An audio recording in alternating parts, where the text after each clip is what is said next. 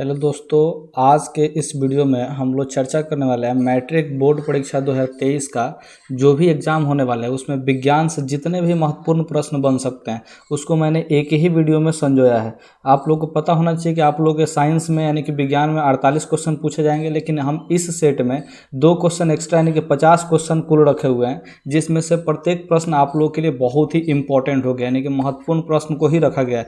और ये नया NCERT पैटर्न को फॉलो करता है। अगर आप लोगों को 90 से ज़्यादा अंक चाहिए, ठीक है, तो आप लोग इस वीडियो को ज़रूर देखिएगा। 2023 के लिए ये बेहतरीन मतलब कि वीडियो होने वाला है, ठीक है। तो मुझे उम्मीद है कि आप लोगों को मेरा बात समझ में आया होगा, ठीक है। अगर आप लोगों को समझ में आया होगा तो वीडियो को शुरू से लेकर अंत तक ज़रूर देखिएगा, ठीक है। आज थोड़ा सा तबीयत मेरा ख़राब है, बीच बीच में खांस भी सकते हैं, अतः इसको इग्नोर कीजिएगा, ओके। पहला नंबर क्वेश्चन देखते हैं। तो पहला नंबर क्वेश्चन आता है कि लेंस की क्षमता का एसआई मात्रक क्या होता है, ठीक है। तो लेंस की क्षमता का जो एसआई मात्रक होता है इसको आप लोग याद रखिएगा, ठीक है। इसका पहले फार्मूला हम लिख देते हैं। लेंस की क्षमता का जो फार्मूला होता है 1/, फोकस दूरी होता है, 1/, फोकस दूरी। और फोकस दूरी हमेशा ध्यान रखिएगा ये मीटर में होता है। किस में होता है जी? मीटर में, ठीक है। तो इस बात को ध्यान रखिएगा, यानी कि ये और कुछ नहीं 1/, मीटर ही होता है। अब जितना मीटर यहाँ पे हो जाता है 1/, मीटर को हम लोग डायआफ्टर बोलते हैं फिजिक्स की भाषा में, ठीक है। तो इसलिए इसका एसआई मात्रक क्या हो जाएगा जी? डायआफ्टर हो जाएगा। इस सूत्र को बहुत ही बढ़िया से याद रखिएगा क्योंकि ये बहुत ही इंपॉर्टेंट सूत्र है और इस ऑब्जेक्टिव क्वेश्चन आप लोगों के परीक्षा में पूछे जाएंगे, ठीक है। तो हम इस वीडियो में क्यों कोई ऑप्शन सही होगा इसका भी रीजन बताते चल रहे हैं, अतः इस वीडियो को शुरू से लेकर अंत तक जरूर देखिएगा, ठीक है। तो अब आगे समझते हैं दूसरा नंबर। तो दूसरा नंबर यहाँ पे क्वेश्चन है कि प्रकाश के किरणों के समूह को कहते हैं, ठीक है। प्रकाश से किरणों के समूह क्या कहते हैं? तो यहाँ पे ध्यान रखिएगा किरण पुंज कहते हैं। अच्छा, किरण पुंज कितने प्रकार के होते हैं तो इसको समझिए, ठीक है। किरण पुंज 3 तरह के होते हैं। कितने तरह के होते हैं जी? 3 तरह के। जो सबसे पहला होता है वो होता है अपसारी। क्या होता है? तो उसका नाम लिख लीजिए, अपसारी होता है। दूसरा जो प्रकाश पुंज होता है उसका नाम होता है समांतर प्रकाश पुंज। तीसरा जो प्रकाश पुंज का नाम होता है वो होता है अभिसारी प्रकाश पुंज, ठीक है। अपसारी प्रकाश पुंज की खासियत होता है कि एक ही बिंदु से आ रहे होते हैं। जैसे में टॉर्च आप लोग जलाते होंगे, देखिएगा उसमें टॉर्च में एक बल्ब होता है जिससे चारों तरफ प्रकाश फैल जाते हैं, तो वो अपसारी प्रकाश पुंज को डिनोट करता है, ठीक है। उस तरह से समांतर प्रकाश पुंज क्या होता है? तो समांतर प्रकाश पुंज में जो किरणें होती है वो एक दूसरे के समांतर होती हैं। अब सूर्य से आने वाली जो प्रकाश की किरण होते हैं पृथ्वी तक पहुंचते पहुंचते वो समांतर हो जाती है, लगभग समांतर हो जाती है, इसलिए सूर्य के प्रकाश को समांतर किरण पुंज कह सकते हैं। अभिसारी प्रकाश पुंज में क्या होता है? तो आप लोग समझिए कि एक ही बिंदु पर जो है सारे प्रकाश जो है यानी कि सारे जो है किरणकाशी आके मिल जाते हैं, ठीक है।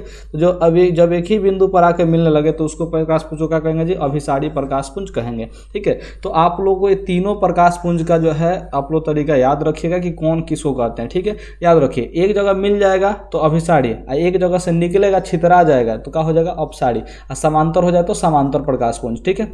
अच्छा, कई बार आप लोगों से परीक्षा में पूछ देता है किरण पुंज किसको कहते हैं? तो किरण पुंज ध्यान रखिएगा, प्रकाश में जो किरणों का जो समूह होता है उसी को क्या कहते हैं जी? किरण पुंज कहते हैं। तो किरणों के समूह को किरण पुंज कह देंगे। इसका एक और नाम याद रखिएगा, प्रकाश पुंज, ठीक है। क्या याद रखिएगा? प्रकाश पुंज, ठीक है, ये ध्यान रखिएगा। तो मुझे उम्मीद है कि आप लोगों को दूसरा नंबर क्वेश्चन भी समझ में आया होगा। अच्छा, इसका पीडीएफ कई बच्चे मांगते हैं, तो पीडीएफ के लिए आप लोग देखिए नीचे आप लोग डिस्क्रिप्शन देखिएगा तो उसमें एक टेलीग्राम का लिंक दिया होगा, उस ग्रुप में जाकर जुड़ जाइए, वहाँ पे सारे पीडीएफ हम अपलोड करते रहेंगे, ठीक है। अब से सारे जितने भी वीडियो आने वाले हैं सबके पीडीएफ जो है उसी टेलीग्राम चैनल पर हम अपलोड करेंगे, इसलिए इस वीडियो को ध्यान से देखते रहिए, ठीक है। अब देखिए तीसरा नंबर जो क्वेश्चन कर रहा है, तीसरा नंबर क्वेश्चन क्या कर रहा है? किसी माध्यम में छोटे कणों के निलंबन को कहा जाता है। तो छोटे कणों के निलंबन को कोलाइड कहा जाता है। अभी कोलाइड क्या है ये आप लोगों को केमिस्ट्री में हम पढ़ाएंगे। कहाँ पढ़ाएंगे जी? केमिस्ट्री में, ठीक है। तो फिलहाल आप लोग इसको याद रख लीजिए कि छोटे छोटे जो कण का निलंबन होगा उसको कोलाइड कहेंगे। इसका रीजन अभी समझने की जरूरत नहीं है, ठीक है। अब आगे समझते हैं ये चौथा नंबर क्वेश्चन, ठीक है। चौथा नंबर क्वेश्चन कह रहा है कि मानव शरीर का प्रतिरोध कितना होता है? मानव शरीर का प्रतिरोध जो होता है 50 से 100 ओम होता है, लेकिन ये प्रीवियस ईयर का पता नहीं क्वेश्चन में ऐसा ऑप्शन काहे दिया है, ये गलत डाटा है। ये कौन सा डाटा है जी? गलत डाटा। सही डाटा क्या है आप लोग जो है नीचे कमेंट करके जरूर बताइए, जो कि आप लोग किताब में मिल जाएगा। NCERT की किताब में आप लोग जाके जरूर ढूंढिए और इस सही डाटा क्या है इसको जरूर कमेंट कीजिए। ये हम पता नहीं, देखिए क्या है कि ये क्वेश्चन कभी पूछा हुआ है तो शायद हो सकता है कि ऑप्शन वहाँ पे गलत दिया हो, इसलिए यहाँ पे भी हमने गलत ही शामिल किया है, लेकिन ये डाटा क्या है? गलत है। आप लोग सही डाटा ही याद रखिएगा, ठीक है। अब चलिए आगे हम यहाँ पे बढ़ते हैं। पाँचवा नंबर क्वेश्चन पे, ठीक है। पाँचवा नंबर क्वेश्चन क्या कह रहा है कि किसी बल्ब से 220 वोल्ट 2 एम्पियर की धारा प्रवाहित होती है, ठीक है। तो देखिए वोल्ट यानी कि विभवांतर का मान दे दिया है 220 वोल्ट, इसको याद रखिए। 2 एम्पियर यानी कि विद्युत धारा का जो मान दे दिया है वो 2 एम्पियर दे दिया है, ठीक है, 2 एम्पियर। और पूछा है कि फिलामेंट का प्रतिरोध क्या होगा। अब थोड़ा सा समझिए फिलामेंट के बारे में समझिए। एक मान के चलते हैं कि कोई बल्ब है, ठीक है। इस बल्ब में देखिएगा 2 गो टर्मिनल होता है, एक प्लस का एक माइनस का। यहाँ पे क्या होता है, तंतु होता है। हम एलईडी बल्ब का बात नहीं कर रहे, एलईडी बल्ब दूसरा होता है। और ये 10-15 रुपये वाला जो बल्ब मिलता है ना गांव में, पीला कलर का जो जलता है, उसका कंसेप्ट अलग होता है। तो उस 10-15 रुपये वाला बल्ब में फिलामेंट होता है। ये फिलामेंट आप लोग याद रखिएगा, पूछ देता है कि बल्ब का फिलामेंट किसका बना होता है, तो इसको याद रखिएगा टंगस्टन का बना होता है। तो इसी फिलामेंट का प्रतिरोध ज्ञात करना है कि आखिर प्रतिरोध कितना है, ठीक है। तो चलिए यहाँ पे आर, प्रतिरोध को किससे सूत्र करते हैं, आर से। आर का मान पूछ रहा है, तो आप लोग ओम के नियम से जानते होंगे कि V बराबर होता है आई आर होता है, ठीक है। मेरा तबीयत थोड़ा सा ख़राब है, इसलिए आप लोग ये सब जितना भी चीज़ आवाज़ में आएगा सभी को इग्नोर करते चलिएगा, ठीक है। यहाँ से आर का मान ज्ञात करना है, तो आर का मान क्या हो जाएगा, तो आप लोग कहेंगे V बटा आई हो जाएगा। देखिए आई जो है इधर गुना में, तो इधर जाएगा तो बटा के नीचे आ जाएगा। तो देखिए V का मान जो है 220 वोल्ट हो गया है, और आई का मान कितना हो गया जी, 2 एम्पियर हो गया, ठीक है। तो इसको जब कटाएंगे 2 से 220 को कटाएंगे तो 110 बार में कटेगा। और प्रतिरोध का जो ऐसा ही मात्रक होता है वो होता है ओम, इसको याद रखिएगा। ये ओम का सिंबल है, तो ओम का याद रखिएगा, ठीक है। तो यहाँ पे ऑप्शन बी जो है बिल्कुल सही हो जाएगा। तो इसमें बहुत सारी चीज़ों को बताए हैं, सबको याद रखिए। टोटल का टोटल ऑब्जेक्टिव है, ठीक है। तो जितने भी चीज़ हम बताते चल रहे हैं सबको याद रखते चलिए, नहीं तो फिर दिक्कत हो जाएंगी, ठीक है। तो आइए हम लोग अगला क्वेश्चन यानी कि 6ठा नंबर क्वेश्चन पे चलते हैं, ठीक है। 6ठा नंबर क्वेश्चन कह रहा है कि आर ओम प्रतिरोध वाले एन प्रतिरोधों को समांतर क्रम में जोड़ने पर तुल्य प्रतिरोध ज्ञात करना है। देखिए समांतर क्रम संयोजन आप लोग पढ़े होंगे प्रतिरोधों का। समांतर क्रम संयोजन क्या होता है जी, तो 1/r बराबर होता है 1/r1, 1/r2, 1/r3, ठीक है। ऐसे ही करके ये जो है प्रतिरोध को जोड़ा गया होता है। जितने भी प्रतिरोध होंगे सबको जो है ऐसे ही जोड़ देंगे, ठीक है। अब यहाँ पे कह रहा है कि एन गो प्रतिरोध जोड़ा गया। कौ गो प्रतिरोध जोड़ा गया है जी, एन गो। लेकिन सभी प्रतिरोध का जो है मान है वो आर ओम ही है। तो यहाँ पे छोटका आर जो है रख लेते हैं सबका, ठीक है। और ये कह रहा है कि ये जो है एन गो है, कौ गो है जी, एन गो, ठीक है। तो एन बार जोड़ा जाएगा। ये कितना बार जोड़ा जाएगा जी, एन बार जोड़ाएगा। तो इसका मतलब क्या हुआ कि 1/r का मान क्या होगा, तो इसमें n से गुना कर लेंगे, n गुने 1/r। देखिए क्या होता है कि इसे 2 को आप लोग 3 बार जोड़ना चाहते हैं, ठीक है। तो 2 को 3 बार जोड़ने से बढ़िया है कि 2 को 3 से गुना कर लीजिए। इसी तरह से अगर मान लीजिए 5 को हम 100 बार जोड़ना चाहते हैं, 5 को कितना बार जोड़ना चाहते हैं जी, 100 बार जोड़ना चाहते हैं। तो इससे बढ़िया कि 5 को 100 बार जोड़ने से बढ़िया 5 को 100 से गुना कर लीजिए, रिजल्ट सेम ही आएगा। ये गणित का एक सिंपल सा कंसेप्ट होता है। तो उसी तरह से 1/r अगर r को आप n बार जोड़ रहे हैं तो इससे बढ़िया है कि 1/r में क्या कीजिए, n से गुना कर लीजिए, ठीक है। तो यहाँ पे 1/r का वैल्यू क्या हो जाएगा, तो n में 1 से गुना होगा तो n हो जाएगा, बटा में r हो जाएगा। अच्छा यहाँ पे r का मान पूछा है, तुल्य प्रतिरोध r का मान पूछा है। तो यहाँ पे 1/r का तो मान नहीं पूछा है, तो इसको पलटेंगे। तो अगर ऊपर r लेके जाते हैं तो क्या होगा जी, इधर भी पलट जाएगा, r/n हो जाएगा, जो कि हम लोग का ऑप्शन कौन सा हो जाएगा जी, ऑप्शन ए हो जाएगा। गलती से सी को टिक आउट कर दिया गया है, इसको आप लोग इग्नोर कीजिएगा। ए होता है अगर का चीज जी श्रेणी क्रम में जोड़ देता है, इस समांतर क्रम में जोड़ा है इसलिए r/n होगा। अगर श्रेणी क्रम में जोड़ दिया होता तो n/r हम लोग लिखते हैं, ठीक है। तो यहाँ पे डेरिवेशन भी आपको हम बताते चल रहे हैं, तो इसलिए वीडियो को शुरू से लेकर अंत तक देखिए, आपको बहुत सारे इन्फॉर्मेशन जो है इसमें मिलने वाले हैं, ठीक है। तो अब यहाँ पे चलते हैं 7वां नंबर क्वेश्चन क्या कह रहा है। तो 7वां नंबर क्वेश्चन देखिए क्या है, ओम के नियम निहित है। ओम के नियम आप लोग को सीधे सीधे रट दिए कि V बराबर आई आर होता है, ठीक है। ये कहाँ से आता है तो समझिए, अगर कोई चालक तार है, ठीक है, ये कोनो तार है जिसमें धारा प्रवाहित होता है, ठीक है। तो ये चालक तार में अगर हम अचर ताप को कर दें, ताप को क्या कर दे जी, अचर कर दे, ताप और दाब जितने भी माने कि मैं क्या बोलते हैं जी, ये इफेक्ट करने वाले जो विद्युत धारा को इफेक्ट कर सकते हैं उसको अचर कर दीजिए। तो वैसे कंडीशन में क्या होगा, इस तार के दोनों सिरों के बीच का, ठीक है, विभवांतर, दोनों सिरों के बीच का विभवांतर, इसमें प्रवाहित होने वाले धारा आई के ई क्या होते हैं जी, समानुपाती होते हैं। यही ओम का नियम कहता है। तो ओम का नियम क्या कहेगा, अचर ताप एवं दाब पर किसी चालक में प्रवाहित होने वाले विद्युत धारा, ठीक है, इसके दोनों सिरों के बीच के विभवांतर के समानुपाती होते हैं। तो यानी कि V समानुपाती हो जाएगा I, ठीक है। तो यहाँ पे V जो है अगर इसको बराबर करते हैं तो यहाँ पे एक कांस्टेंट आ जाता है जिसको R बोलते हैं, और ये R कुछ नहीं प्रतिरोध है। ये R क्या है जी, तो प्रतिरोध है, इसको आप लोग याद रखिएगा, ठीक है। और I क्या है, तो ये धारा है, I क्या है, धारा है, और V क्या है, तो दोनों सिरों के बीच का विभवांतर है। तो इस चीज़ को याद रखिएगा। तो इस सूत्र बन जाता है यहाँ से V बराबर IR, इसको याद रखिएगा। अभी हमने क्या किया था, इस फार्मूला से एक सवाल बनाया था जिसमें 110 ओम आंसर आया हुआ था, तो इसको याद रखिएगा बाबू, ठीक है। तो अब चलिए यहाँ पे अगला नंबर क्वेश्चन यानी कि 8वां नंबर क्वेश्चन देख लेते हैं। विद्युत धारा की प्रबलता का ऐसे मात्रक, तो इसको एम्पियर रखिएगा, ठीक है। इसका मान क्या होगा जी, एम्पियर होगा। वोल्ट किसका होता है, तो विभवांतर का होता है। ओम किसका होता है, तो प्रतिरोध का होता है। अब आप लोग से जूल का पूछना चाहेंगे, जूल किसका ऐसे मात्रक होता है, आप लोग नीचे कमेंट करके जरूर बताइए, ठीक है। ये देखिए आप लोग कमेंट नहीं करते हैं, कमेंट कीजिएगा तो यार हमको भी थोड़ा सा बेनिफिट मिलेगा, कैसे कैसे क्या क्या हो रहा है, ठीक है। तो चलिए अब आगे यहाँ पे समझते हैं, कमेंट जरूर कीजिएगा, ठीक है। तो यहाँ पे हम अगला सवाल पे आ जाते हैं, यानी कि 9वां नंबर सवाल पे, विद्युत धारा उत्पन्न करने वाली युक्ति को क्या कहते हैं, ठीक है। तो विद्युत धारा को उत्पन्न करता है कौन कौन, थोड़ा समझिएगा ध्यान से। एक तो यहाँ पे जनित्र हो जाएगा, ठीक है। इसके अलावा डायनेमो भी होता है, क्या होता है जी, डायनेमो। अब डायनेमो जो है ये DC करंट भी उत्पन्न कर सकता है और AC करंट भी उत्पन्न कर सकता है, ठीक है। और जनित्र भी जो है AC करंट उत्पन्न करता है। तो यहाँ पे समझिए कि जनित्र यानी कि जनरेटर, आप लोग गाँव में समियाना में देखे ही होंगे जहाँ पे जनरेटर चलता है, ऑर्केस्ट्रा नचता है खूब बढ़िया से, ठीक है। तो जनित्र जो होता है ये क्या करता है, विद्युत धारा को उत्पन्न करता है, यानी कि विद्युत धारा बनाता है, ठीक है। तो अब देखिए दो कॉन्सेप्ट होता है, एक यहाँ पे समझिए कि एक युक्ति है, इसमें एक आर्मेचर लगा होता है, क्या लगा होता है जी, आर्मेचर। अगर इस आर्मेचर को नचाते हैं, ठीक है, तो इससे करंट निकलता है, क्या निकलता है जी, करंट निकलता है, यानी कि विद्युत धारा उत्पन्न होगा, ठीक है। तो जब आर्मेचर को नचाएंगे तो विद्युत धारा उत्पन्न होगा, तो ऐसे स्थिति को क्या कहेंगे जी, जनित्र या डायनेमो कह देंगे, ठीक है।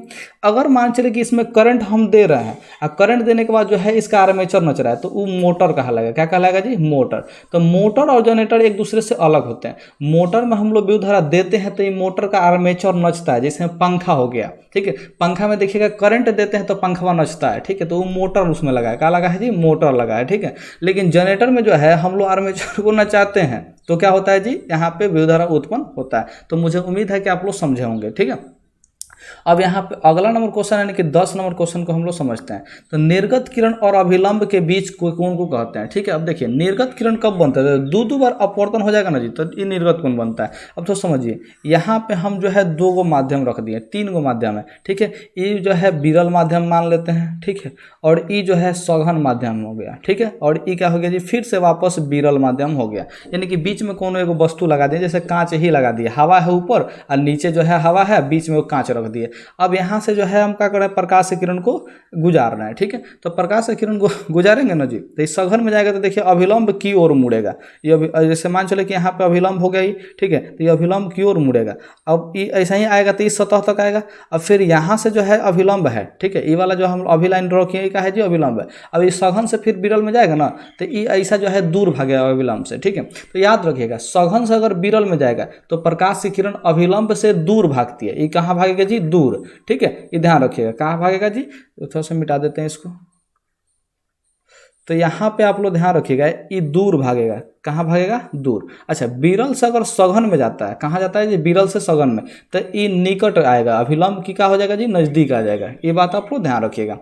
अब थोड़ा समझिएगा जी, ये वाला हो गया हम लोग का आपतित किरण, ठीक है, और ये वाला हो गया अभिलंब।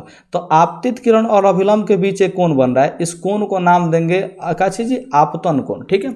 अब देखिए ये हो गया, यहाँ पे अपवर्तन हुआ है तो ये अपवर्तित किरण हुआ, ठीक है, और यहाँ पे ये अभिलंब है। तो अपवर्तित किरण और अभिलंब के बीच का जो हाई वाला कोण बन रहा है, ये कोण का नाम होगा अपवर्तन कोण। क्या नाम होगा जी, अपवर्तन कोण।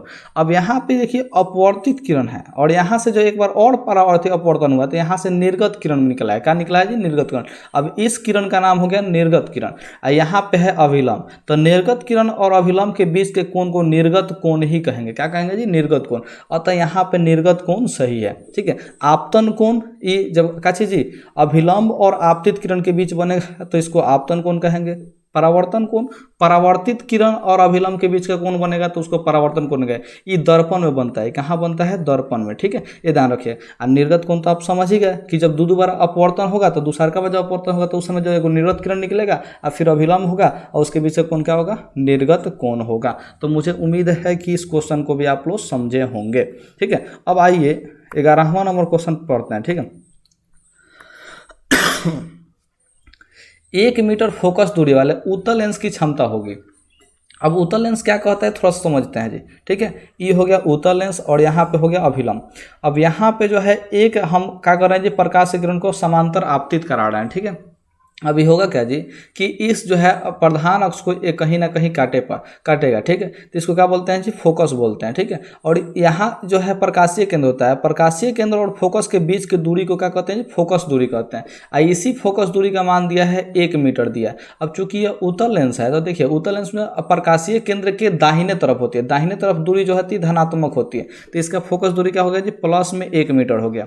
और इसका निकालना लेंस की क्षमता, तो क्षमता का हमने अभी सूत्र बताया था। क्षमता का सूत्र क्या बताया था जी, तो आप लोग कहेंगे 1/f बताया था और f मीटर में ही होगा। तो यहाँ पे देखिए 1 और f का मान मीटर में क्या दिया जी, 1 मीटर दिया है प्लस में, तो यहाँ पे 1 मीटर रख लेंगे तो क्या हो जाएगा जी, 1 में 1 से भाग देंगे तो 1 हो जाएगा। और 1/मीटर को हम क्या बताए थे, डायफ्टर बताए थे, प्लस में 1 डायफ्टर हो जाएगा। तो यानी कि ऑप्शन बी जो है बिल्कुल सही हो जाएगा। तो यहाँ पे 12वां नंबर क्वेश्चन हम थोड़ा सा समझ लेते हैं। ठीक है, 12वां नंबर क्वेश्चन क्या कर रहा है कि मानव नेत्र के लिए दृष्टि का अस्थायित्व, दृष्टि का अस्थायित्व समझिएगा थोड़ा सा ध्यान से। इसे मान के चलते हैं कि ये आपका आंख हो गया। ठीक है, अब इस आंख के सामने कोई ऑब्जेक्ट आया, ठीक है, और आपने आंख जो है आंख पे क्या किया जी, इस ऑब्जेक्ट को देखा और देखने के बाद आंख घुमा लिए, तो आपकी आंख पे जो है इसका प्रतिबिंब जो है कितना क्षण के लिए बना, तो कितना क्षण के लिए बना ना, इसी को बोलते हैं दृष्टि का अस्थायित्व। तो ये प्रतिबिंब आपको ध्यान रखिएगा, एक वस्तु का जो प्रतिबिंब है वो 1/10 सेकेंड तक ही रहता है। आपकी आंख पर कोई भी वस्तु का प्रतिबिंब कितना बनेगा जी, कितना देर के लिए, 1/10 सेकेंड के लिए ही बनेगा। तो इस बात को आप लोग याद रखिएगा, वेरी वेरी इंपॉर्टेंट क्वेश्चन है। ठीक है, इसको हम बता रहे हैं कि रेलवे वगैरह में भी कई बार पूछा हुआ क्वेश्चन है। ठीक है, अब थोड़ा समझिए 13 नंबर क्वेश्चन, किसी दृष्टि के निवारण के लिए अवतल लेंस का प्रयोग किया जाता है। तो दृष्टि के निवारण के लिए अवतल लेंस को थोड़ा सा बात को समझिएगा ध्यान से। अब यहाँ पे हम शब्द लिख देते हैं एक बार अवतल लेंस, ठीक है, और यहाँ पे लिख देते हैं एक बार उत्तल लेंस। ये दोनों हम लेंस के जिक्र कर रहे हैं, किसका जिक्र कर रहे हैं जी, लेंस का। ठीक है, अवतल लेंस जो है 4 अक्षर का, कितना अक्षर का है जी, 4 अक्षर का। तो इससे एक अक्षर कम कर दीजिए, एक अक्षर कम कीजिएगा तो 3 अक्षर का बनेगा। 3 अक्षर का क्या बनता है जी, तो आप लोग कहेंगे क्या चीज, ये निकट हो जाएगा। क्या हो जाएगा जी, निकट। और ये उतल हो गया, तो उतल 3 अक्षर का है, तो इसको एक अक्षर अगर कम करते हैं तो ये क्या हो जाएगा जी, 2 अक्षर का बनेगा। 2 अक्षर का कौन सा दोष उत्पन्न होता है, तो दीर्घ दृष्टि दोष या फिर दूर दृष्टि दोष। ठीक है, तब यहाँ से ट्रिक को याद रखिएगा, निकट दृष्टि दोष में अवतल लेंस, ठीक है, और दीर्घ या दूर दृष्टि दोष में उत्तल लेंस। बस एक शब्द को क्या करना है जी, एक अक्षर को बढ़ा देना है। अगर दीर्घ पूछा तो दीर्घ 2 अक्षर का, एक अक्षर बढ़ाएंगे तो उत्तल बनेगा, अवतल नहीं बन पाएगा, क्या बनेगा जी, उत्तल 3 अक्षर का। ठीक है, तो इस तरह से इस ट्रिक को याद रखिएगा। तो दीर्घ दृष्टि दोष में उत्तल लेंस और निकट दृष्टि दोष में अवतल लेंस। ठीक है, तो अवतल लेंस जो है किसमें हुआ, निकट दृष्टि दोष में हुआ। ठीक है, अच्छा दीर्घ दृष्टि दोष में कौन सा लेंस हुआ, तो उत्तल लेंस हुआ। दीर्घ दृष्टि दोष में कौन सा, उत्तल लेंस। अच्छा अबिंदुकता में कौन सा लेंस होगा और ज्यादा दृष्टि दोष में कौन सा लेंस होगा, इसको आप लोग नीचे कॉमेंट में कीजिए। ठीक है, क्योंकि हमने इसको पढ़ाया है। अगर हमारा पुराना फिजिक्स का जो है वीडियो आप लोग देखे होंगे, पहला चैप्टर प्रकाश चैप्टर का, तो उसमें हमने पढ़ाया हुआ है। इस क्वेश्चन का आंसर जो है आप लोग जल्दी से नीचे कमेंट कीजिए। अगर आप लोग वीडियो देखें चाहे कहीं भी पढ़े हैं तो जल्दी से कमेंट कीजिए, तो हम भी उम्मीद करते हैं कि आपका कमेंट जो है एकदम सक्सेसफुल रहेगा, सही रहेगा। गलत करेंगे तो हम उसका सही रिप्लाई कर देंगे, टेंशन लेने वाली जरूरत बात नहीं है। ठीक है, अब देखिए दूर दृष्टि दोष, तब देखिए जैसे ही 2 अक्षर को तो 1 अक्षर बढ़ाएंगे, तो 1 अक्षर बढ़ाएंगे तो उत्तल लेंस हो जाएगा। कौन सा लेंस हो जाएगा, उत्तल लेंस। तो मनुष्य कौन सा चश्मा का प्रयोग करेगा, उत्तल लेंस वाला चश्मा का प्रयोग करेगा। कौन सा जी, दूर दृष्टि दोष में। अगर वही निकट दृष्टि दोष कहता तो आप लोग फटाक देकर अवतल मारते हैं। निकट 3 अक्षर का, अवतल 4 अक्षर का। ठीक है, तो इस कंसेप्ट को याद रखिएगा, मेरे लिए भी और आपके लिए भी बहुत इंपॉर्टेंट कंसेप्ट है। ठीक है, अब 15वां क्वेश्चन बनते हैं, लघु पथन के समय विद्युत धारा का मान क्या होता है। अब लघु पथन क्या होता है, देखिए 2 तार जा रहा है, एगो प्लस वाला एगो माइनस वाला। ठीक है, अभी क्या हुआ कि किसी कारणवश से जो है एक में चिपक जाए। ठीक है, अब चिपक जाएगा तो देखिए इसमें भी करंट है और इसमें भी करंट है, ये दोनों का दोनों एक जगह चिपक गया, तो इसको बोलेंगे शॉर्ट सर्किट और यहाँ से निकलेगा स्पार्क। ठीक है, शॉर्ट सर्किट बोलेंगे। ठीक है, और इस शॉर्ट सर्किट को हिंदी में क्या कहता है जी, लघु पथन कहता है। शॉर्ट सर्किट को हिंदी में क्या कहते हैं, लघु पथन कहते हैं। ठीक है, लघु पथन। तो इस समय देखिए दोनों तार का मान जो है, एक दोनों तार में जितना भी धारा है वो एक जगह एकत्रित हो गया, तो धारा का मान इस समय क्या होगा जी, बढ़ जाएगा। तो बहुत अधिक धारा का मान क्या होता है जी, बढ़ जाता है। ठीक है, तो याद रखिएगा लघु पथन यानी कि शॉर्ट सर्किट समय में बहुत अधिक धारा का मान क्या होता है जी, बढ़ जाता है, धारा का मान बहुत अधिक हो जाएगा। ठीक है, अब आइए यहाँ पे 16 नंबर क्वेश्चन को देखते हैं। गोबर गैस क्या है? तो एक प्रकार की बायोगैस है, ठीक है। गोबर गैस क्या है? तो एक प्रकार की बायोगैस है। इसको डायरेक्ट आप लोग रट जाइए, ठीक है।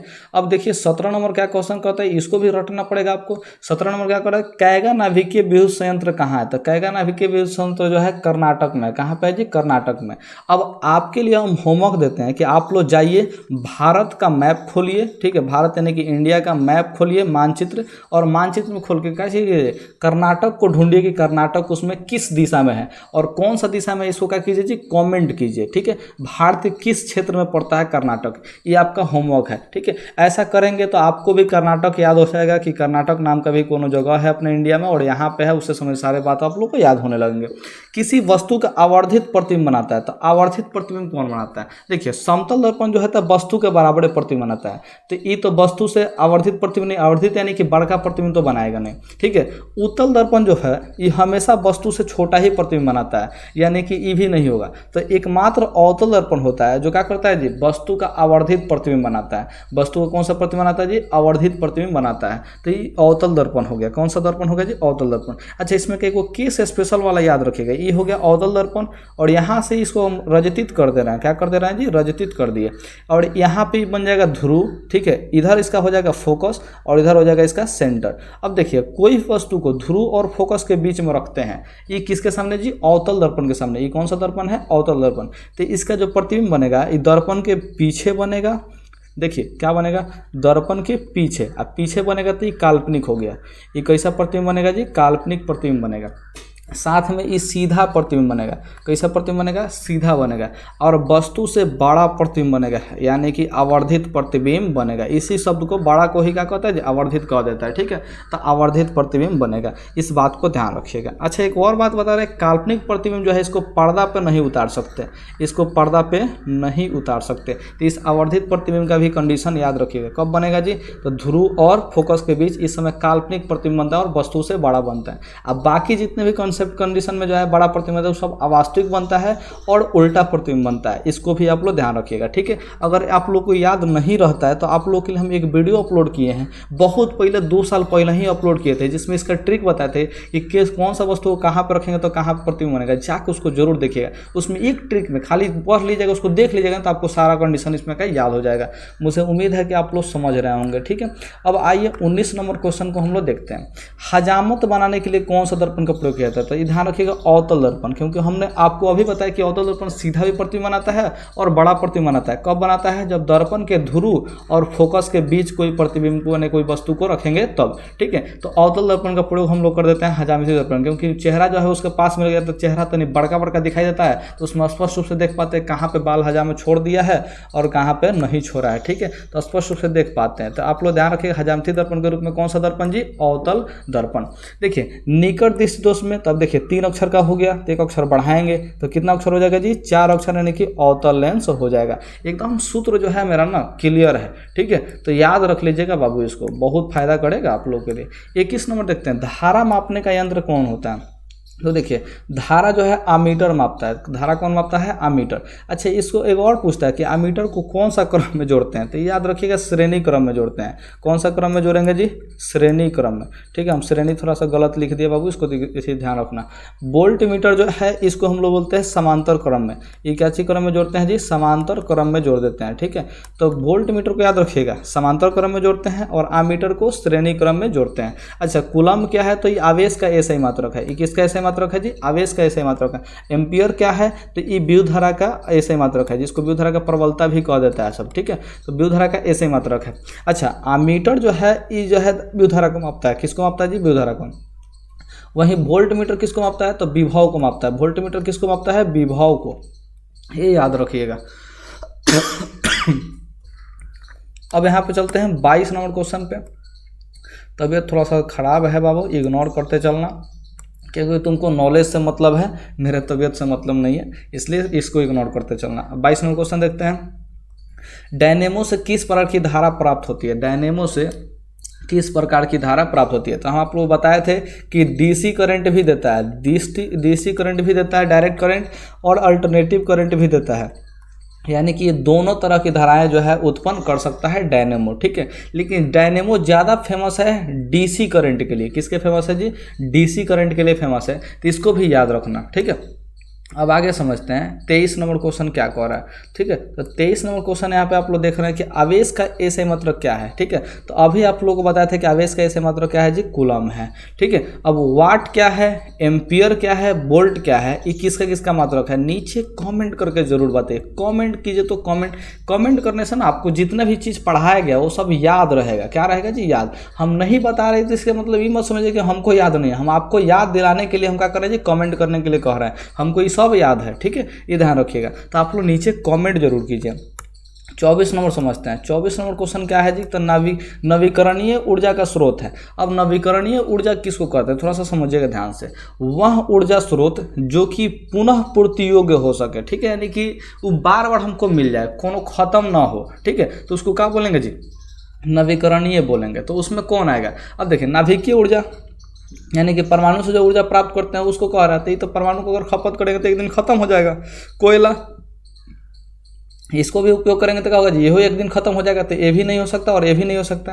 प्राकृतिक गैस, ये भी हम लोग को प्रचुर मात्रा में लिमिटेड है। ठीक है, लेकिन ध्यान रखिएगा इसको भी अगर ज़्यादा उपयोग कर देते तो ये भी क्या हो जाएगा जी, खत्म हो जाएगा। लेकिन सूर्य का प्रकाश ये अभी तो फिलहाल खत्म होने वाला नहीं है। ठीक है, 5 बिलियन वर्ष इसका आयु है, तो सूर्य से प्रकाश 5 बिलियन वर्ष मिलते रहेगा। तो सौर ऊर्जा क्या होगा जी, नवीकरणीय ऊर्जा है, क्योंकि डेली मिलते रहता है, खत्म होने वाला नहीं है। 25 नंबर समझते हैं। एक साधारण प्रिज्म कितने सतहों से घिरा होता है, तो साधारण प्रिज्म में ध्यान रखिएगा 5 सतह से घिरा होता है। अच्छा, प्रिज्म का आकृति कैसा होता है, थोड़ा समझिएगा जी। एक ऐसा जो है हम बना लेते हैं, प्रिज्म बनाने का ये सबसे सिंपल सा तरीका होता है जिसको हम लोग ड्रॉ कर लेते हैं। ठीक है, ये प्रिज्म जो है इसमें 3 सतह होते हैं। कितने सतह होते हैं जी, 3 सतह जो है ऊर्ध्वाधर होते हैं। देखिए, एक इस साइड हुआ ऐसा ऐसा वाला, ठीक है, एक इस साइड हुआ और फिर एक सामने आप लोग देख रहे हैं यहाँ से यहाँ तक लेते हैं। 3 सतह तो है, इस सामने हो गया। ठीक है, अगर ये हम आप लोग को अगर मेरा वीडियो देख रहे हो तो मैंने कि अगर हमको देख रहे हो तो ये आपको अच्छा समझा पाता है। जैसे तीनों कॉपी जोड़िया लीजिए, एक कॉपी ए है, ठीक है, और मैंने कि एक कॉपी इसी से फिर जोड़ लीजिए और फिर यहाँ से साइड से जो एक कॉपी जोड़ लीजिए। ठीक है, इस तरह से तीनों कॉपी अगर आप लोग जोड़ लेते हैं तो ये 3 सतह बनेगा। और फिर देखिए ऊपर वाला एगो सतह बनेगा जी, ऊपर एगो सतह बनेगा तो 4 हुआ, नीचे एगो सतह बनेगा तो 5 हुआ। तो प्रिज्म को अगर ध्यान से आप लोग देखेंगे तो 5 सतह मिल जाएगा। कितना सतह मिल जाएगा जी, 5 सतह। अच्छा, क्वेश्चन ये भी पूछता है कि प्रिज्म से जब प्रकाश गुजरता है तो कितने सतहों से अपवर्तित होता है, तो इसको याद रखिएगा 2 सतह से उसका अपवर्तन होता है। कितना सतह से जी, 2 सतह से अपवर्तन होता है। ठीक है, ये बात ध्यान रखिएगा। तो प्रिज्म टोटल कितने सतह, 5 और कितने सतहों से अपवर्तन, तो 2 सतह से। ठीक है, ये बात ध्यान रखिएगा। तो उम्मीद करते हैं कि आप लोग को ये भी समझ में आया होगा। ठीक है, और आगे समझिए जी 26 नंबर, विद्युत बल्ब के फिलामेंट किस तत्व का बना होता है। तो अभी आप लोग को अभी नहीं, इसी वीडियो में बताया था क्या चीज़, टंगस्टन का जो है बना होता है। फिलामेंट किसका बना होता है, टंगस्टन का। अच्छा, क्यों बना होता है, तो इसका देखिए प्रतिरोध जो है माने कि बहुत अधिक होता है। प्रतिरोध क्या होता है जी, बहुत अधिक। और ये जो है इसका गलनांक भी बहुत अधिक होता है, माने बहुत ज़्यादा गर्म हो जाएगा तब वहीं जाके ये गलेगा। ठीक है, तो ये जल्दी गलता भी नहीं है। तो प्रतिरोध भी ऊंच और गलनांक भी ऊंच, यही वजह है क्या चीज़ कि टंगस्टन का प्रयोग हम लोग कर देते हैं विद्युत बल्ब के फिलामेंट के रूप में। ठीक है, अब देखिए अवक्षेपण अभिक्रिया से किस प्रकार का लवण प्राप्त होता है, तो किस प्रकार का लवण प्राप्त होगा, तो अविलय। ये अविलय को हम कह रहे हैं क्योंकि जो विलयन में ये क्या होता है जी, विलयित होता ही नहीं, घुलता ही नहीं है, यानी कि ठोस के रूप में प्राप्त हो जाता है। ठोस के रूप में कब प्राप्त होगा, जब नहीं घुलेगा तभी तो इसीलिए अविलय इसको कहते हैं। अवक्षेपण अभिक्रिया से कौन सा लवण प्राप्त होगा, तो अविलय लवण प्राप्त हो, जो कि उस विलयन में घुलेगा नहीं। ठीक है, तो अब यहाँ पे समझते हैं 27 नंबर। 27 नंबर क्या है जी, अभिनेत्र लेंस की फोकस दूरी का परिवर्तन किया जाता है। तो अभिनेत्र लेंस की फोकस दूरी में जो है परिवर्तन करता है पश्चिमाभी मांसपेशिया। ठीक है, कौन अथी करता है जी, पश्चिमाभी मांसपेशिया।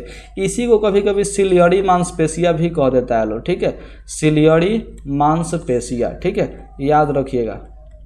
हमको यहाँ पर राइटिंग थोड़ा सा खराब लग रहा है। ठीक है, लेकिन याद रखिएगा, शब्दों पे जाइए। सिलियरी मांसपेशिया, कौन सा जी, सिलियरी मांसपेशिया। अब आगे समझते हैं 28 नंबर, बेकिंग सोडा का रासायनिक नाम है। तो बेकिंग सोडा का रासायनिक नाम है सोडियम हाइड्रोजन कार्बोनेट। इसका सूत्र भी याद रखिए, NaHCO3। ठीक है, ये बेकिंग सोडा है, sodium hydrogen carbonate. Sodium hydrogen carbonate, इसी को सोडियम बाइकार्बोनेट भी कह देते हैं, सोडियम बाइकार्बोनेट। अब यहाँ पे हम 30 नंबर क्वेश्चन पे चलते हैं। 30 नंबर क्वेश्चन क्या कह रहा है, तो 30 नंबर क्वेश्चन कह रहा है कि अयस्क से धातु का निष्कर्षण और उसका परिष्करण कर उपयोगी के प्रक्रम क्या कहते हैं। यानी कि जब मैंने कि सिंपल समझिए, अयस्क है उससे हमको धातु प्राप्त करना है। क्या प्राप्त करना है जी? धातु। तो कौन सा प्रक्रम अपनाते हैं? तो याद रखिएगा धातु कर्म अपनाते हैं। कौन सा अपनाते हैं जी? धातु कर्म। इसको इंग्लिश में मेटलर्जी बोलते हैं। क्या बोलते हैं जी? मेटलर्जी। ठीक है, तो इसको याद रखिएगा। अयस्क से धातु का जो है प्राप्त करने का जो भी प्रोसेस होता है, यानी कि धातु का जो निष्कर्षण होता है, इसका जो भी प्रोसेस होता है उसको हम लोग धातु कर्म बोलते हैं। क्या बोलते हैं जी? धातु कर्म। ठीक है, मुझे उम्मीद है याद हो गया होगा। 31 नंबर समझते हैं, साग सब्जियों, ठीक है, विघटित करने का कंपोस्ट बनाना किस अभिक्रिया का उदाहरण है? तो ऊष्माक्षेपी अभिक्रिया का उदाहरण है। कौन सा चीज अभिक्रिया का उदाहरण है जी? तो ऊष्माक्षेपी। ठीक है, ये ध्यान रखिएगा। साग सब्जी का विघटित होना यानी कि क्या चीज? सड़ जल गल के क्या करना जी? कंपोस्ट यानी खाद बन जाना। क्या बन जाना जी? खाद बन जाना। ठीक है, तो साग सब्जी को अगर आप लोग खुला में छोड़ दीजिए, ठीक है, तो उसमें जो है बहुत सारे बैक्टीरिया अगर अपना काम करेगा और काम करके क्या करेगा? उसको कंपोस्ट बना देगा, यानी खाद बना देगा। ठीक है, खाद और बना देगा। ठीक है, तो ऊष्माक्षेपी अभिक्रिया का उदाहरण होता है। कौन सा अभिक्रिया का उदाहरण होता है? ऊष्माक्षेपी अभिक्रिया का उदाहरण होगा। 32 नंबर क्वेश्चन समझते हैं, निम्न में से कौन सा उत्पाद लेड नाइट्रेट को गर्म करने से प्राप्त होता है? तो लेड नाइट्रेट में जाहिर सी बात है NO2 और O2 जो है प्राप्त होगा। तो इसमें ऑप्शन में कंफ्यूज होने की जरूरत नहीं है। ये सब क्वेश्चन का ऑप्शन का है जी? गलत है। ऑप्शन डी को केवल याद रखिएगा। ठीक है, अब आगे समझते हैं 33 नंबर क्वेश्चन। 33 नंबर क्वेश्चन क्या कह रहा था? निम्न में से कौन सही है, यानी कि सूत्र इसमें से कौन सा सही है, इसको कह रहा था। सूत्र में जो है, इस सूत्र को याद रखिएगा, Na2CO3 × 10H2O। अब आप लोगों को नीचे कमेंट करना है कि ये किस यौगिक का सूत्र है। ठीक है, यानी कि उस यौगिक का नाम लिख के बताना है कमेंट में कि ये वाला जो सूत्र है 33 नंबर का, आप लोग ऐसे आंसर कीजिए 33 नंबर और उसमें यौगिक का सूत्र का जो यौगिक का नाम लिख दीजिएगा। ठीक है, कैसे नाम लिखिएगा? तो रासायनिक नाम लिख दीजिएगा। ठीक है, व्यापारिक नाम अगर आपको याद है तो व्यापारिक नाम भी लिख सकते हैं। ठीक है, तो आप लोग जरूर नाम इसका कमेंट कीजिए। ठीक है, अब यहाँ पर समझते हैं 34 नंबर। 34 नंबर क्वेश्चन क्या कर रहे थे? निम्नलिखित में कौन विजातीय यौगिक है? विजातीय यौगिक यानी कि इसमें से तीनों में से जो है, मैंने चारों जो ऑप्शन दिया इसमें चारों में से सबसे अलग कौन है? तो इसको याद रखिएगा, प्लास्टर ऑफ पेरिस को। ठीक है, किसको याद रखिएगा? प्लास्टर ऑफ पेरिस को। अच्छा, क्यों अलग है? ठीक है, तो क्यों अलग है नीचे कमेंट करके जरूर बताइए। जो भी देखिए, हम बार बार कमेंट करके कह रहे हैं ना, तो आप लोग गलत कमेंट कीजिएगा ना जी, तब भी हम आपका रिप्लाई करेंगे सही कमेंट के साथ। ठीक है, अगर आपका गलत होगा तो हम उसमें सही करके क्या करेंगे जी? आपको रिप्लाई कर देंगे। ठीक है, तो लेकिन कमेंट जरूर कीजिए, कमेंट आप पक्का कीजिए। ठीक है, ये ध्यान रखिए, कमेंट नहीं करेंगे तो हमको पता नहीं चलेगा कि आप लोग पढ़ रहे हैं कि नहीं पढ़ रहे हैं। ठीक है, तब यहाँ पर समझते हैं 35 नंबर क्वेश्चन। निम्नलिखित में से पीएच का कौन सा मान क्षारक विलयन का मान देता है? तो क्षारक विलयन क्या होता है थोड़ा समझिएगा जी। अगर पीएच मान 7 हो गया, क्या हो गया जी? 7, तो ये उदासीन विलयन को दिखाता है। किसको दिखाता है जी? उदासीन विलयन को। 7 से अगर कम हो गया, क्या हो गया जी? कम, तो ये दिखाएगा अम्लीय विलयन को। किसको दिखाएगा? अम्लीय विलयन को। अगर 7 से अधिक हो गया, तो 7 से अधिक हो जाएगा तो ये क्षारीय विलयन को दिखाएगा, जो कि आप लोग का क्या चीज जी? ये क्वेश्चन में पूछा है क्षारक विलयन। क्या चीज जी? क्षारक विलयन। देखिए 7 से अधिक वाला मान ढूंढना है। ये तो 7 है तो उदासीन देगा, 2 है तो अम्ल हो गया, 6 है तब भी अम्ल हो गया, 7 से कम है। तो 7 से अधिक कौन है जी? 13 है, तो यही क्षारीय विलयन का मान देगा। तो इस पीएच स्केल को याद रखिएगा, इसका नाम होता है पीएच स्केल। ठीक है, पीएच स्केल। 7 पर अगर पीएच मान दिखाएगा तो उदासीन, 7 से कम तो अम्लीय, और 7 से अधिक तो क्षारीय। इस चीज को याद रखिएगा बाबू। ठीक है, 36 नंबर क्वेश्चन हम लोग देखते हैं। 36 नंबर क्वेश्चन क्या कह रहा है कि सोडियम क्लोराइड के जलीय विलयन से विद्युत धारा प्रवाहित करने पर यह वियोजित होकर सोडियम हाइड्रोक्साइड बनाता है। इस प्रक्रिया को क्या कहते हैं? तो क्लोड एल्कली मेथड, यानी कि क्लोड क्षार अभिक्रिया कहते हैं। ये आप लोग पढ़े होंगे सेकंड चैप्टर में। अगर आप लोग केमिस्ट्री का सेकंड चैप्टर पढ़े हैं तो आप लोग को यह पता होगा क्लोड एल्कली विधि में कौन नाम का चीज होता है। ठीक है, जिसमें सोडियम क्लोराइड का जलीय विघटन किसके द्वारा करते हैं? विद्युत धारा के द्वारा करते हैं और सोडियम हाइड्रोक्साइड बनाते हैं। तो उस अभिक्रिया का नाम क्या है जी? क्लोड क्षार अभिक्रिया या फिर क्लोड एल्कली मेथड कह सकते हैं। ठीक है, तो आइए 37 नंबर क्वेश्चन को हम लोग समझते हैं। 37 नंबर क्वेश्चन क्या कर रहा है? तो कौन सा अधातु जो है कमरे के ताप पर द्रव रहता है? अब आप लोग थर्ड चैप्टर यानी कि धातु अधातु पढ़े होंगे, तो उसमें पहले हम लोग फैक्ट में ही लिखवा देते हैं कि ब्रोमीन एक ऐसा अधातु है जो कि कमरे के ताप पर क्या होता है? द्रव होता है। और एकमात्र ऐसा ही एक अधातु है, ये एकलौता धातु है जो कि द्रव के रूप में माने कि रहता है। किस अथी में जी? तो कमरे के ताप पर। ठीक है, याद रखिएगा। अब आगे समझते हैं, यानी कि 38 नंबर क्वेश्चन। 38 नंबर क्वेश्चन क्या है? सीसा और टीन के मिश्र धातु कहते हैं। तो इसको याद रखिएगा, सीसा और टीन के मिश्र धातु को सोल्डर कहते हैं। अब आप लोग को कथी कमेंट करना है कि पीतल कौन कौन सा धातु का जो है मिश्र धातु होता है? तो पीतल कौन कौन सा धातु का मिश्र धातु होता है, इसको आप लोग जरूर कमेंट कीजिए। ठीक है, और साथ में एक और चीज आप लोग से पूछ रहा है कि बॉक्साइट किसका अयस्क होता है, बॉक्साइट किस धातु का अयस्क होता है, इसको भी आप लोग कमेंट कीजिए। ये सारे के सारे जितने भी हम कमेंट करने के लिए कह रहे हैं ना जी, ये सारे के सारे इंपॉर्टेंट क्वेश्चन है जो कि आप लोगों की परीक्षा में पूछे जा सकते हैं। जरूर कमेंट कीजिए, गलत कीजिएगा तो हम सही रिप्लाई करेंगे, इस बात का वादा है, ठीक है। तो आइए अब हम 39 नंबर देखते हैं, ठीक है।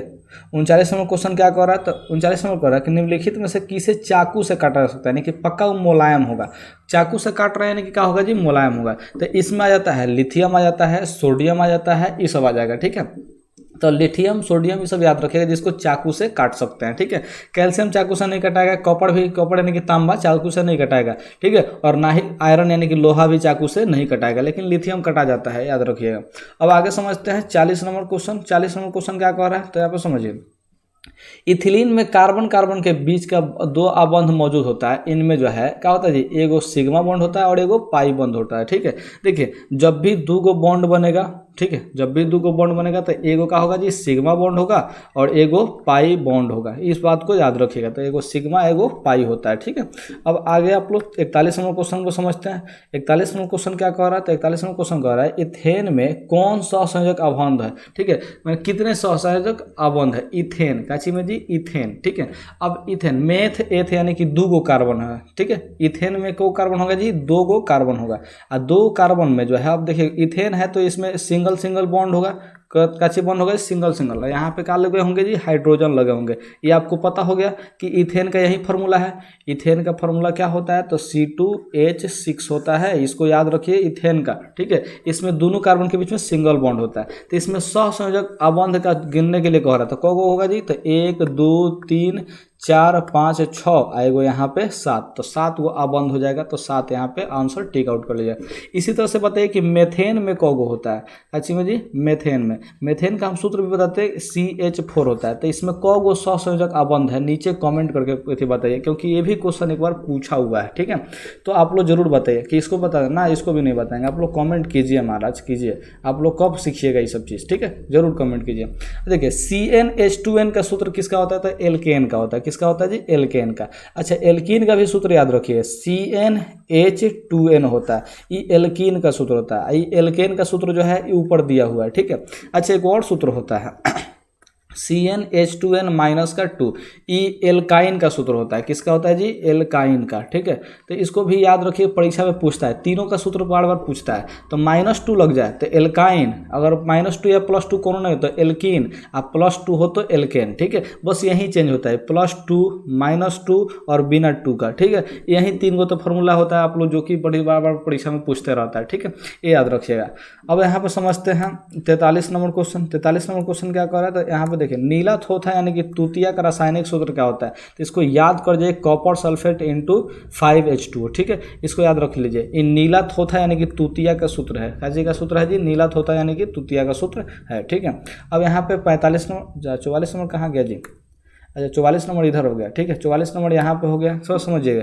आवर्त सारणी में उदग्र स्तंभ, उदग्र किसको बोलते हैं, तो ऐसा जो स्तंभ है, ठीक है, ऐसा उदग्र वाला ऊपर से नीचे की तरफ, ठीक है। तो उसको ध्यान रखिएगा, वर्ग कहते हैं। क्या कहते हैं जी, वर्ग कहते हैं। अच्छा जो क्षैतिज स्तंभ होता है, जो ऐसा ऐसा स्तंभ होता है, इसको आवर्त बोलते हैं। क्या बोलते हैं जी, आवर्त। तो आप लोग से परीक्षा में ये भी पूछता है कि आवर्त का संख्या कितना होता है। तो जो आधुनिक आवर्त सारणी है उसमें आवर्तों की संख्या 7 है, आधुनिक आवर्त सारणी में वर्गों की संख्या 18। तो ये भी याद रखिएगा, पूछता है, ठीक है, ये ध्यान रखिएगा। तो आवर्त क्या हुआ, क्षैतिज कतार, आवर्त क्या हुआ, क्षैतिज कतार। अब वर्ग क्या हुआ, तो उदग्र कतार। कौन सा कतार हुआ जी, उदग्र कतार, ठीक है। अब यहाँ पे अपरूप से एक क्वेश्चन आप लोग को जरूर माइंड में आ रहा हो कि कार्बन के कितने अपरूप हैं, कार्बन के कितने अपरूप है। तो याद रखिए कार्बन के 3 गो अपरूप है। पहलका में हो जाएगा हीरा, दूसरा का में हो जाएगा ग्रेफाइट, तीसरा का में हो जाएगा बंकमिंस्टर फुलेरिन, ठीक है। तो इस चीज़ को याद रखिएगा, बहुत इंपॉर्टेंट कंसेप्ट है, ठीक है। तो मुझे उम्मीद है कि आप लोग समझ पाएंगे कि तो आधुनिक आवर्त सारणी में कितना गो है जी, तो 18 गो वर्ग है और आवर्त को है जी, तो 7 गो आवर्त है, ठीक है। तो अब आप लोग इसको कंप्लीट कर लीजिएगा, ठीक है। अब देखिए 45 नंबर क्वेश्चन पर हम लोग वापस आते हैं, ठीक है। 45 नंबर क्वेश्चन यहाँ पे कह रहा है कि आवर्त सारणी के प्रथम वर्ग के सदस्य होते हैं। तो प्रथम वर्ग के सदस्य जो है क्षारीय धातु है। प्रथम वर्ग के सदस्य का नाम क्या है जी, क्षारीय धातु, ठीक है, जिसको 1A के नाम से भी हम लोग जानते हैं, ठीक है। इसको याद रखिए। अच्छा अक्रिय गैस कौन है, तो 18वां नंबर वर्ग जो है उस अक्रिय गैस होता है। इसमें कौन कौन होता है जी, तो हेने आके जोरन, हेने आ के जो रन, ठीक है। Helium, neon, argon, krypton, xenon, radon, ये 6 को जो है अक्रिय धातु, अक्रिय गैस है। क्या चीज़? अक्रिय गैस है, निष्क्रिय गैस है, उत्कृष्ट गैस है, जॉन कह लीजिए, ठीक है। तो ये 18वां नंबर वर्ग में है। अभी आप लोग को हम बताए थे कि वर्गों की संख्या जो है को जी 18 को है। तो लास्ट वाला जो वर्ग है ना जी, जिसका नाम 18वां नंबर वर्ग है, उसी में ये जो है पाया जाएगा। ये सारे के सारे अस्थायी होते हैं, तो जनरली अभिक्रिया किसी भी तत्व से नहीं करते हैं, यानी कि स्वतंत्र अवस्था में पाए जाते हैं, ठीक है। तो हम उम्मीद करते हैं कि आप लोग को ये भी समझ में आया होगा, ठीक है। अब चलिए यहाँ पे 45 नंबर हो गया, तो 46 नंबर क्वेश्चन पे चलते हैं, ठीक है। कितना नंबर क्वेश्चन पे जी? 46 नंबर पे। तो यहाँ पे 46 नंबर क्वेश्चन देख सकते हैं, क्या दिया है? सोडियम कार्बोनेट का सूत्र है। तो सोडियम कार्बोनेट का Na2 और CO3 होता है। अच्छा, सोडियम हाइड्रोजन कार्बोनेट यानी कि सोडियम बाइकार्बोनेट बोलते हैं। ये वाला सूत्र गलत है, ठीक है। और ये वाला सूत्र NaCl जो होता है नमक का सूत्र होता है, साधारण नमक का सूत्र होता है, इसको याद रखिएगा, ठीक है।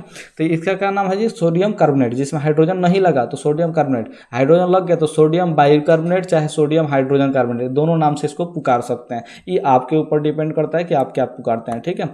यहाँ पर समझिएगा 47 नंबर क्वेश्चन क्या कर रहा है कि CHO, यहाँ पे बॉन्ड है, ये लाइन जो खींचा गया है क्या है जी? बॉन्ड है। तो ध्यान रखिएगा एल्डिहाइड का होता है। किसका मूलक होता है? क्रियाशील मूलक एल्डिहाइड का होता है। चौथा चैप्टर केमिस्ट्री में आप लोगों को मिलेगा। कौन सा चैप्टर मिलेगा जी? चौथा चैप्टर केमिस्ट्री का मिलेगा, ठीक है, जिसमें आप लोग को एल्डिहाइड का सूत्र जो है मिल जाएगा। 48 में समझते हैं सबसे कठोरतम तत्व कौन है? तो हीरा है। तो हीरा जो है आप लोग समझिए कार्बन का ही एगो अपर रूप होता है जो कि कठोर है। अच्छा जी, कठोर है, ये ध्यान रखिएगा। अब समझते हैं यहाँ पे 49 नंबर क्वेश्चन। 49 नंबर क्वेश्चन बहुत ही आसान है। अक्रिय तत्व कौन है? तो अक्रिय तत्व आप लोग को अभी बताए थे कि हेने आके जोरन, हे ने आ के जो रन, ठीक है। इसका नाम है हीलियम, क्या याद रखिएगा? हीलियम। ये है नियॉन, ये है आर्गन, क्रिप्टन, जेनॉन, रेडन। तो इसमें से कौन ऑप्शन में है? हीलियम ऑप्शन में। तो हीलियम को टिक आउट करना है। इसका परमाणु संख्या 2 होता है, इतना याद रखिएगा। और ये क्या बनाता है? द्वितीयक बनाता है, ड्यूप्लेट, ठीक है। क्या बनाएगा? द्वितीयक बनाएगा, यानी कि 2 इसके पास मैंने कि क्या रहेगा जी? बाध्यता संख्या कितने इलेक्ट्रॉन रहेगा? 2। इसके पास कक्षा की संख्या 1 ही होता है। तो इसको भी आप लोग याद कर लीजिएगा, ठीक है। परमाणु संख्या कितना है? 2। बाध्यता संख्या इलेक्ट्रॉनों की संख्या 2, ठीक है। ये अस्थायी तत्व है। कौन सा तत्व है जी? अस्थायी तत्व, यानी कि जनरली किसी से अभिक्रिया नहीं करेगा। अब 50 नंबर क्वेश्चन समझ लेते हैं कि आधुनिक आवर्त सारणी में तत्वों के वर्गीकरण का आधार क्या है? तो तत्वों के वर्गीकरण का आधार जो है परमाणु संख्या है। जो आधुनिक आवर्त सारणी के जो मैंने कि निर्माण किया है, ठीक है, उनका नाम है मोसले, ये भी याद रखिएगा। तब पूछ देता है कि आधुनिक आवर्त सारणी का निर्माण किसने किया है? तो मोसले ने किया है। और उसमें किस चीज़ के आधार पर आधुनिक आवर्त सारणी को सजाया है? तो परमाणु संख्या के आधार पर। देखिएगा जो पहला नंबर तत्व है, पहला नंबर आवर्त है, उसमें एगो हाइड्रोजन है, लास्ट में फिर 18वां नंबर वर्ग में हीलियम है। हाइड्रोजन का परमाणु संख्या 1 है, दूसरा का जो है हीलियम का हो जाएगा। उसके बाद लिथियम वगैरह फिर जो है 8 को सजाया है, फिर 8 को है, फिर 18 को है, फिर 18 को है, ऐसे करते 32 को है, फिर 32 को है, ऐसे 7 को जो है आपको जो है मिल जाएगा आवर्त देखने को, ठीक है। तो मुझे उम्मीद है कि आप लोग को यहाँ 50 का 50 क्वेश्चन समझ में आया होगा। अगर आप लोग को समझ में आया है तो ताली न बजाते हुए लाइक कर दीजिए, और लाइक करने के साथ साथ अपने दोस्तों को भी शेयर कर दीजिए, ठीक है। अगर आपने अभी तक मेरे चैनल को सब्सक्राइब नहीं किया है तो ऐसे ही वीडियोस देखने के लिए ज़रूर इसको सब्सक्राइब कर लीजिए। नाम है थिंक प्लस। Okay, bye.